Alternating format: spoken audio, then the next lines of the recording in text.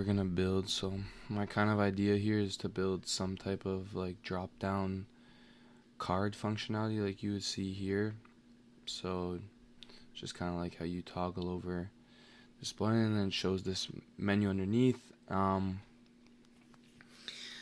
Basically what I was thinking for what I want to build is I've kind of seen like, let me go over first, I guess, kind of what I want mine to function like. So what I'm thinking right now is that as we see here, there's kind of like, I basically want to make this toggle button like customizable. So what that would look like is here, this is going to be some element that is going to be able to take in some like custom content so that, I don't know, let's say you wanted this toggle button to look like a certain way. We're not gonna like just hard code in the styles for this button. I'm gonna try to give you the option to pass in like different types of buttons or different types of elements. Basically, whatever you wanted to pass in here, but it would be a button, I guess, in the sense of what the component would be. And then the same thing for this menu. Like, see how they have this list here? I just want this um, to be able to be customizable. So just you can pass in your own custom component to this kind of like card container here, and yeah. So what I'm building more so is just kind of like I want to get the functionality of this. As you hover over this button, it displays this drop down, and then if you exit, if you leave this element, it fades away, right? Okay, so I kind of looked at it beforehand, and I'm kind of looking like there's like kind of two different implementation styles I could see right off the bat for this functionality. So the first one I was thinking about was something where we're gonna have this element, so the button, like the toggle button element, and the actual menu rendered separately. Now, what I mean by that is it's gonna be containing the same component, but we're gonna render this menu, I guess, like way up the DOM tree. So it's gonna maybe be contained like off the body or something like that, and we'll position it underneath this toggle button element using like some we'll just like put absolutely position this element and then set its like top and left to position it right under the element.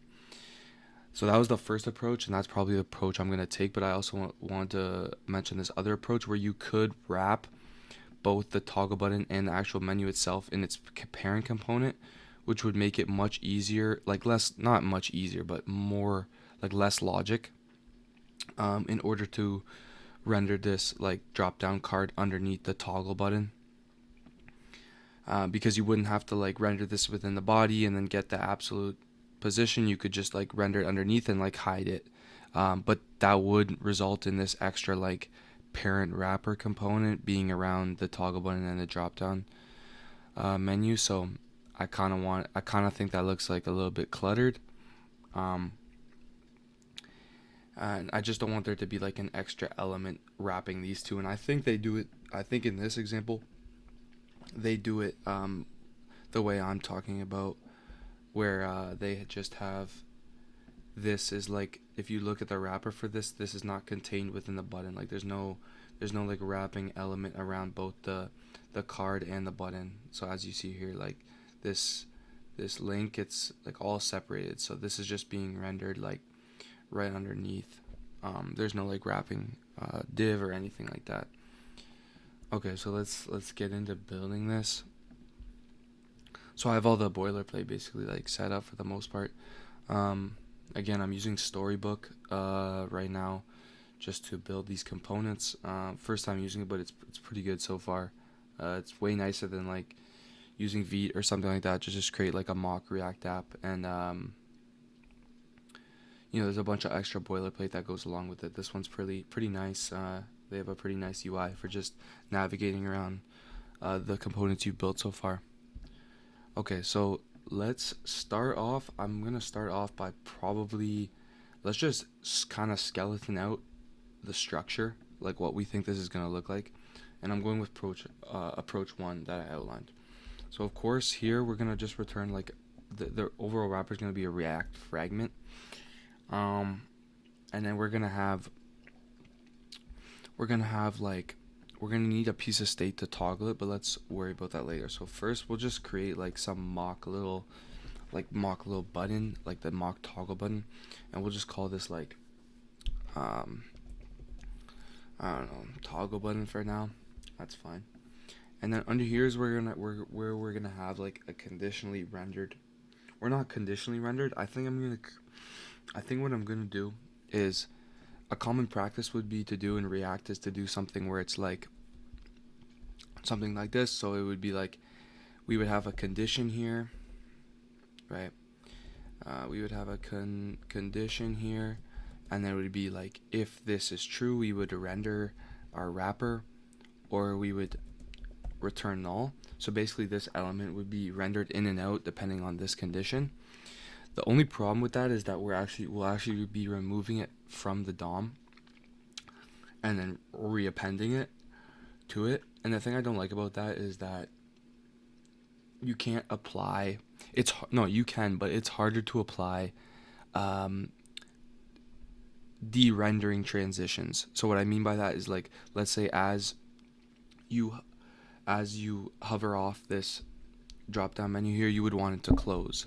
So for example, like here, we hover over it and we leave it, and it closes, right? The problem with rendering it and de-rendering it is that you're gonna have to set up some delay to the de-render if you want to apply an animation as it disappears. So let's say we wanted it to like fade out, right? If we just leave this and it de-renders right away, there's not going to be any time for that fade out animation to play. And so we're going to have to set up some sort of like de-render timer delay in order to wait for the animation. And it just adds a bunch of like, just adds a bunch more code to your component logic. It's not like it's too much that in some cases you could do it. It's not like that much of a problem, but in my opinion, it's not that big of a deal to just leave this component hidden and remained in the DOM. It doesn't seem like that big of a deal. I think if we wanted to get really into detail on things, I think if you had a large enough application and your DOM structure was like super complex to where having extra components within your DOM, it's so large that it's like slowing down the speed, you might be able to justify, I guess, then, rendering and de-rendering this element out the DOM. But for now, I'm just building a component library, so I'm just gonna be okay with leaving it in the DOM and just hiding or showing or hiding the element instead of like actually removing it from the DOM. So what we're gonna do to create this, we'll basically use the show effect. I think we'll just do like hidden visibility, like hidden, because we don't want it. Well, no, we do, but it's gonna be absolute anyway, so it'll be removed from the document flow. So, all right, so let's set up a piece of state, I guess, up here to. We'll just call this show.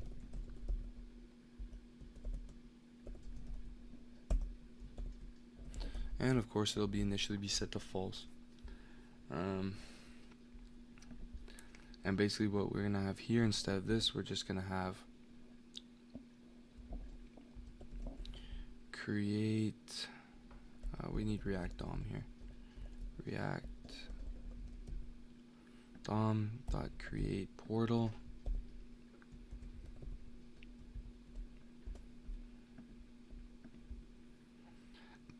And we'll just render this at the document body.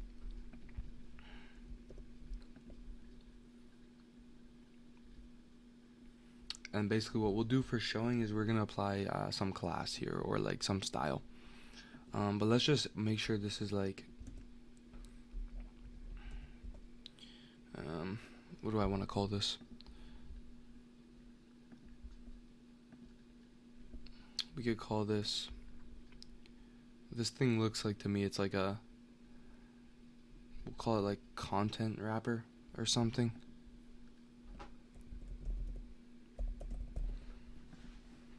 I don't know. My class names are not the best. So let's just make sure this is actually like rendering on the screen. So we'll just give this a little width. We'll just give it a little 30 pix. Give it some height, and we'll just give it a border.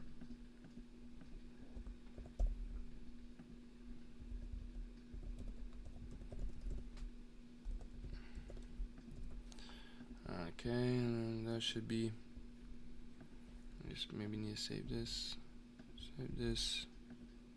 Okay, so there's our like mock toggle button for right now, and then we can create this content wrapper in here, and then we can give it. We'll just make it large. We'll just make it like, I don't know, 300 by 500. And we'll also give it a solid border of black. So it should be displayed as of right now. Yeah, so it's right there. Right? And as you see, we've rendered this in the body, right? This should be rendered in the body, so we just inspect here, right? You can see right here. You can see right here, this is rendered in the body, while this is rendered somewhere within the, so yeah, so here's the root, and here's this, right? So next thing we need to do is we just need to apply basically the styles. So the first thing we want to do is this thing is going to have position absolute, so that it's removed from the document flow, and we can basically move it around. So here we go, we have the absolute, and now what we need to do is we need to calculate basically where we want to display this. Now we're gonna want to display this. It's gonna be right under. It's gonna be right under this element, right? So we need to be able to. We need to be able to put it there. So let's see. We need to grab. Okay, so this might be the Java use effect, but let's just make sure the hide thing works first. So we'll say here class name. And I'm gonna use this class names npm library is super useful. If you're doing stuff in React, I've never used it anywhere but React, but it's super useful for basically conditionally adding class names. So the syntax I'm using here is you basically create like an object of class names, and so the first argument is going to be your class name, and then your second the property value is going to be basically some type of condition for it to be true. So this is always going to be true because we just want this to be the wrapper class. But let's say we have like something where it's like visible or something, we can have show, right? And so when show is true, this class will be applied on, and you could just do it as a string if you want. Okay, so let's just the visible, and this is visibility is initially going to be hidden, and then the visibility here is going to be visible. Alright, so this should hide and show it, and then let's just add like a toggler. So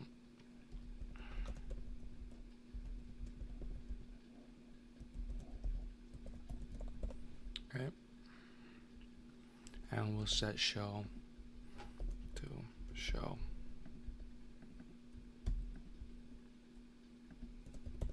And we'll just wire this up. So now if we click this, we have this like hide and show functionality going on here. Okay, so the next thing is going to be we want to do is kind of basically we want to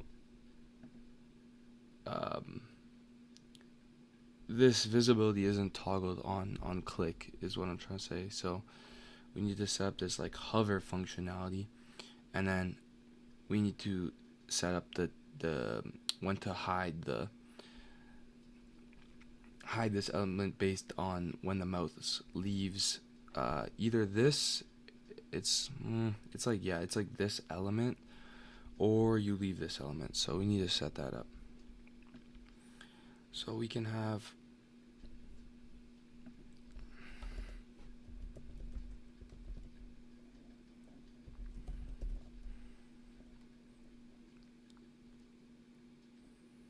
so basically what do we need? We need there's gonna be an on mouse enter,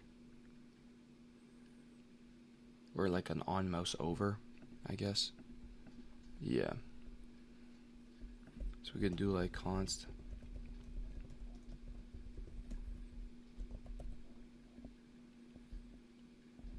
handle mouse over.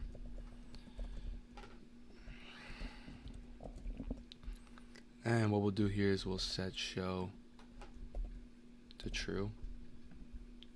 So this is gonna be on here. So we'll have like on mouse over, handle mouse over. Let's get rid of this click. I just wanted to set up the click to show, to make sure that the visibility was working.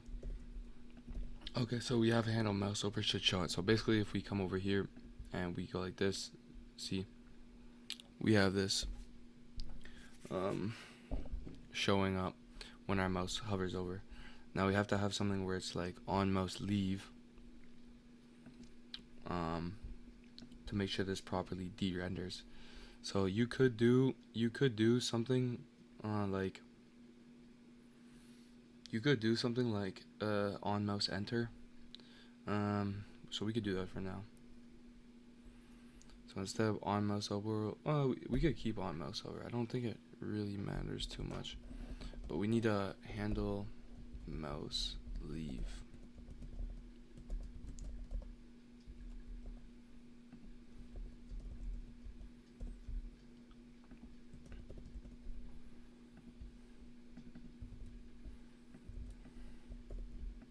So again, basically we should hover over it, and as we leave it de-renders. But we need to make sure that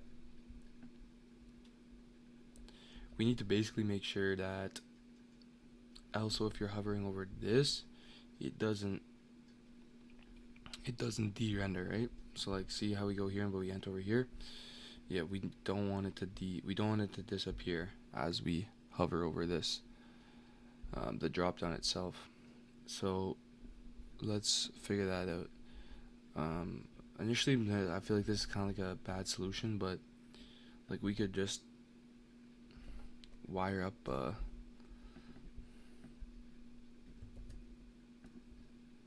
like literally do this.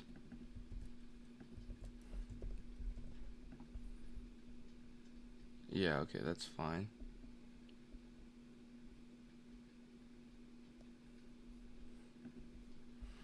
And then we could also just have the on mouse leave for here. So it's just kind of like unioning the boom, right? Boom, we leave this thing, it leaves, right? Then we could still do our business in here, right? Boom, boom, boom, boom. All right. So that looks pretty good. Next thing we need to do is I want to make sure that this is being positioned properly. So let's see.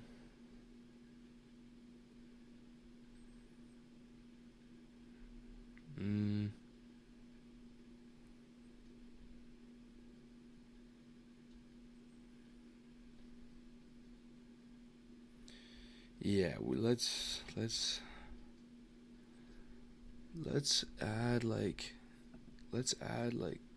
hella padding to this just for now, just to show that, like, let's do padding or margin. So what's gonna happen here, I'm pretty sure, is if we add a bunch of margin,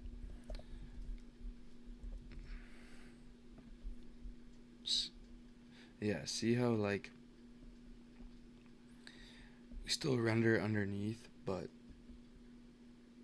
it's this thing is not no longer flush with this, and if we just keep going, like if we do like margin like 500 picks, this is gonna be over here, and we're gonna lose our menu. It's gonna be over here. So basically, what I want to do is we want to calculate where to render our menu based on the position of the toggle button, right?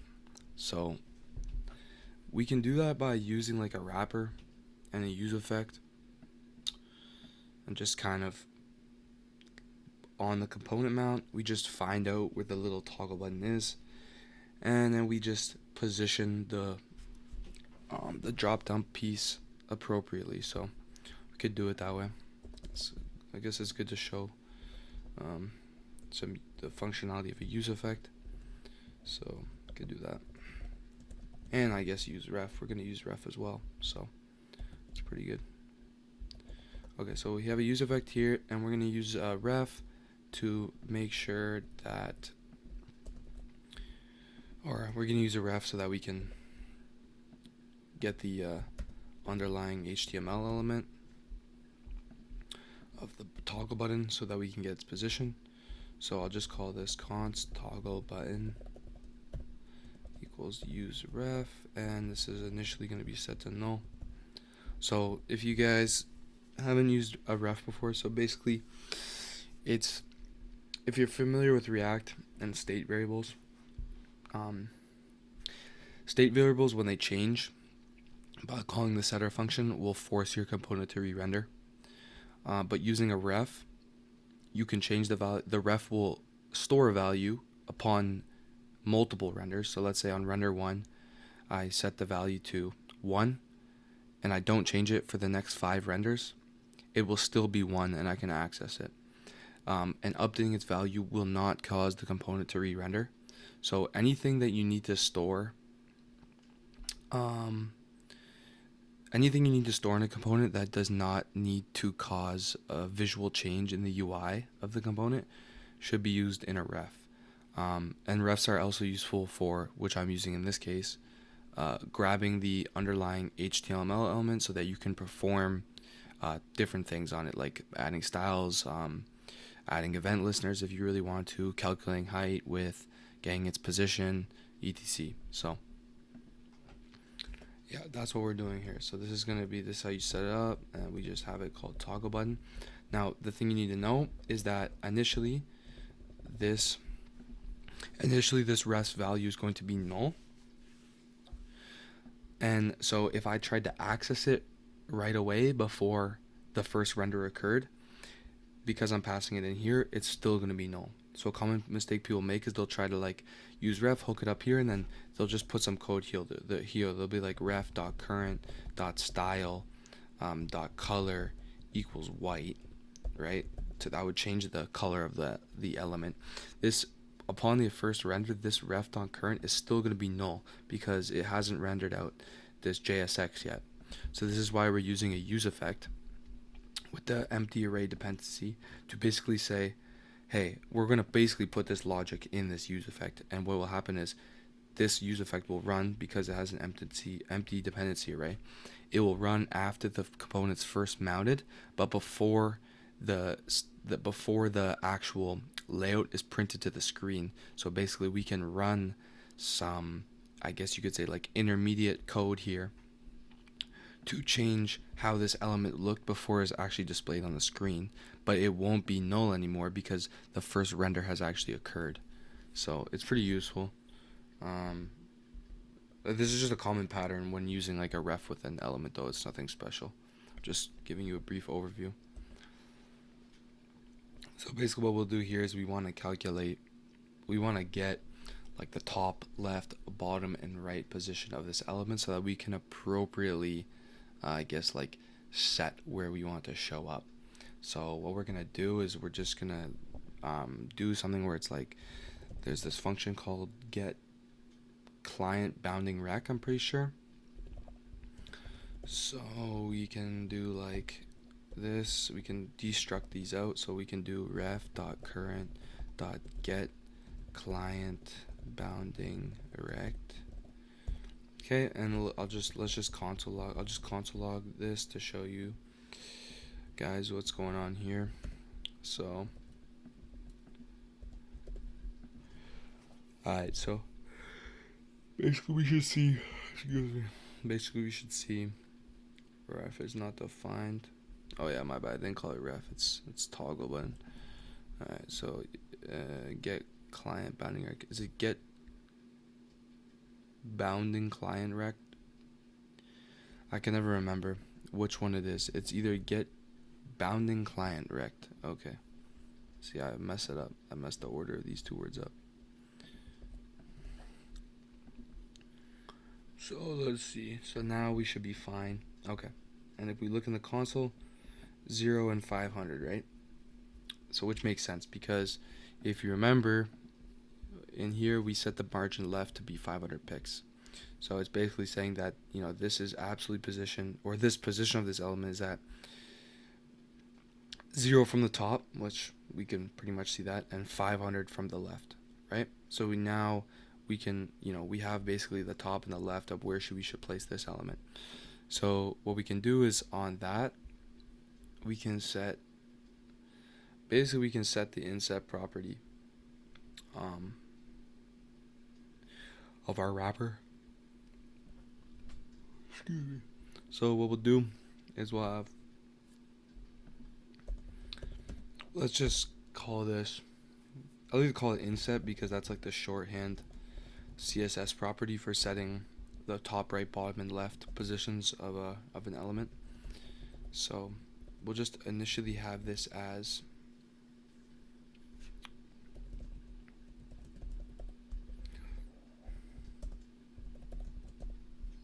just some sort of default value, and then upon here we'll cause a re-render of the application by calling some set state, and we will set top to be top and left to be left. And then once that re-renders, we can come down here and we can set the style of this.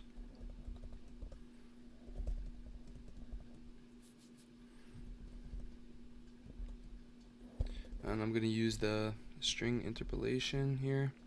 Super nice ES6 thing, like saves so much time, the little string interpolation stuff. And left.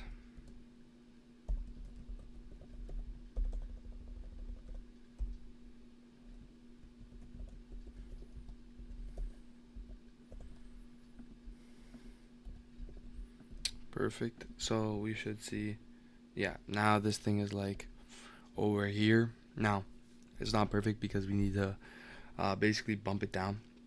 So if you wanted to do this, like instead of the top, we could set the top to be bottom.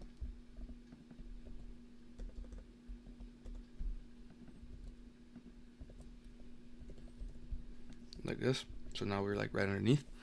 But what I kind of want to do is I kind of want there to be like some space here. And right now we'll just hard code in the space. But you know, you might want to be able to, like, this might be something that you want to give the user some, I guess, customizability over. So maybe there, you know, and ideally there would be like a prop where it's like, well, here I don't think there's much space at all. It's just they have padding around like the content button. So you know what, maybe we won't do that.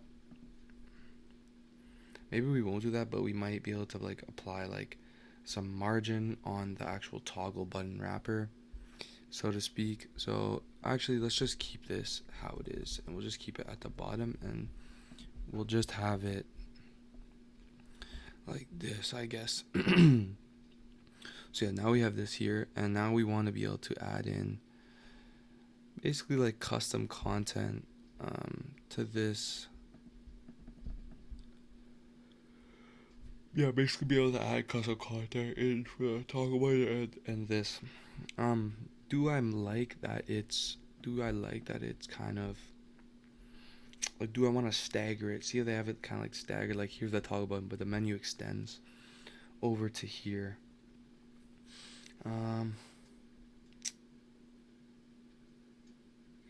I do like it. I do like it. I do like how this one looks, kind of with the staggered look. But I don't know how much it's staggered by.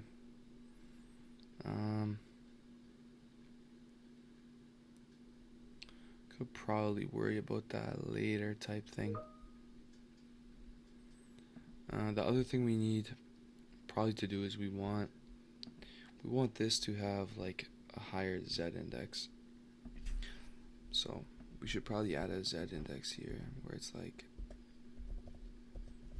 1,000 or something. So that if this, like when we apply like a border effect or something, we're gonna have some overlap. And we see our drop down card instead. Okay, so I guess we should like probably make this look better now. Considering the functionality is pretty much working. And then we could also try to pass in some content. So let's make this look better. And then second we can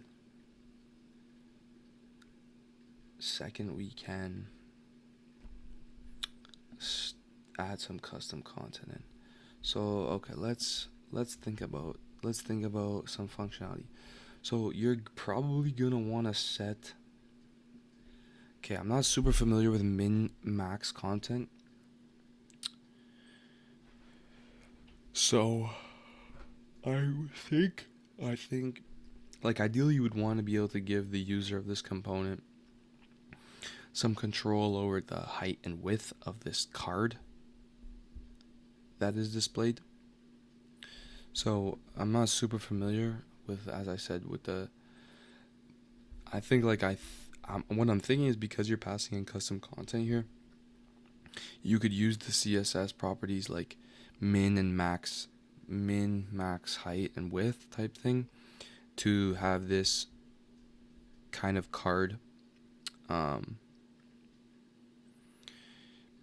be sized based on what the user of the component is passing in, so that it's a little more dynamic depending on what the user wants to do. So I guess we could try to test that out. So let's add in here. So this is gonna be, we could do it like a prop, like content or something, which is gonna be some JSX, and that will be rendered down into here.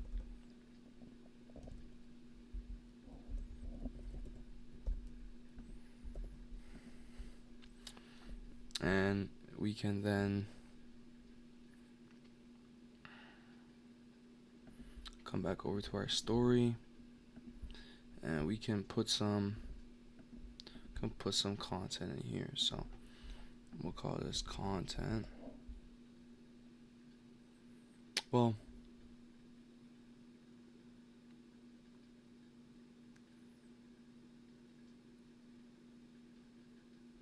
I guess what we could do is, because the toggle button probably not going to change, we could actually make this children.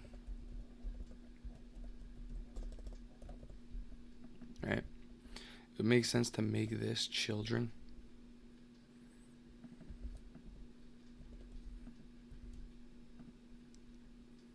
And then have a prop instead for the custom toggle button, because the custom toggle button is probably not going to have that much functionality. It's just going to be some sort of like link or a tag or something, right? So in here we could have like a div, and we could call this, or we could just add styles instead. So let's give it a width.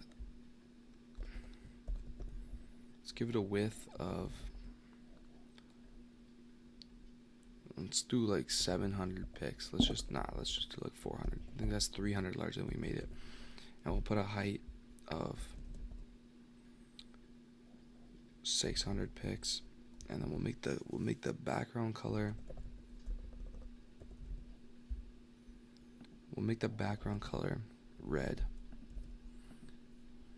So boom. Alright, so you see how the border doesn't extend to there. But what I wanna what I want to think about is on this content wrapper, if we give this a width of min content, what do we get? The border wraps around it. You see that? The border now wraps around it. And if we give the height also a height of min content, right? The border now should wrap around. This is well, no, I'm sorry, this is a bit tall. See, the border wraps all the way around, and then we've capsulated it completely. And so what should happen now is if we come over here and we change this to like 200 and like 100, right? This adjusts appropriately, right? The size of the drop down container has adjusted appropriately based on what we're passing in. And I just want to see, I'm not really sure what would happen if we remove this. Is it like nothing? Yeah, it's nothing because there's no content at all. So I kind of like this because you can be passing in multiple components, right?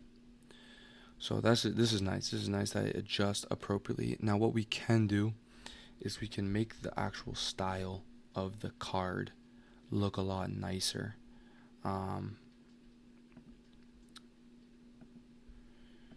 Usually what I like to do when we're doing like cards and stuff like that is I want to set the border radius of this.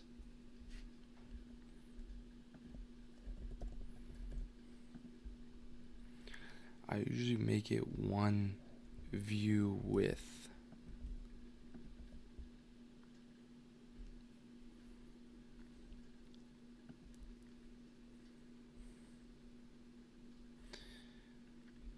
We could also add some padding and shit.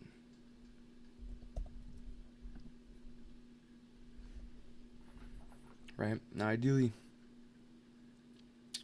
yeah, this looks a little bit goofy now because of like the border there. But let's grab like a box shadow.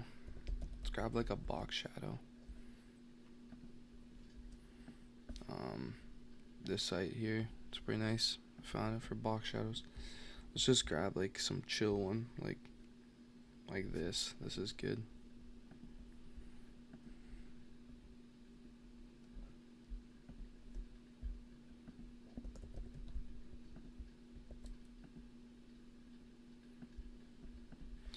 This will give it that like pop out kind of effect.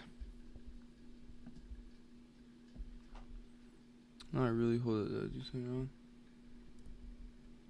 Yeah, I got rid of the R. So this should give it that pop out effect. Yeah, you see that little shadow? And we can remove this border. Oh, we don't look like I need it. So boom, now we got that. So we have that like pop out effect. Now the padding is interesting because you probably would want a way to set the actual like content of this. But I guess if it doesn't have a border, so to speak, you would just put whatever you want in here, wouldn't you? Like you could just couldn't you just do something where it's like border radius is, I don't know, one view width. And now this is like this, and you could just completely get rid of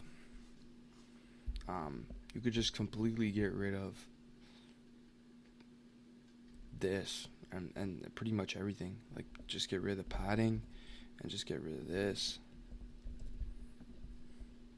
Right? And then so basically you could have your own card. Like it's really just what we're doing is this component is really just for creating this show and hide functionality.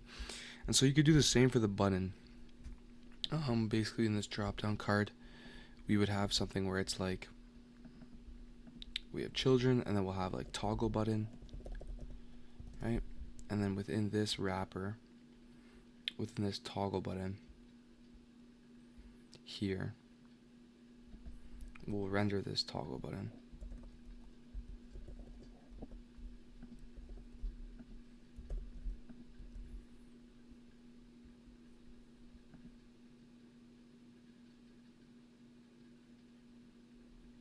Oh yeah, it's already been declared, my bad.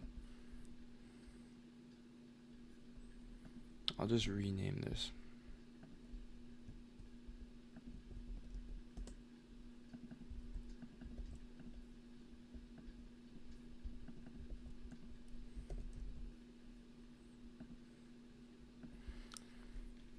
And then we could just do the same thing where it's like width equals min and max content.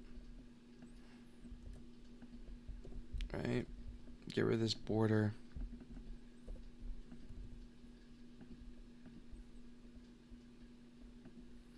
And then we just need to pass in. Something. I guess like here. Just pass in toggle button equals div style equals. Just take this, put it in here. Just make this look better. And then we can just do something where it's like the width is like 100 pics. This is like 50 or like 30. Background color is red. Border is like this, like a little button, and then boom, you have this functionality, right? Boom, boom, boom, whatever you want to hear. And you can make this height like 300 or something, right?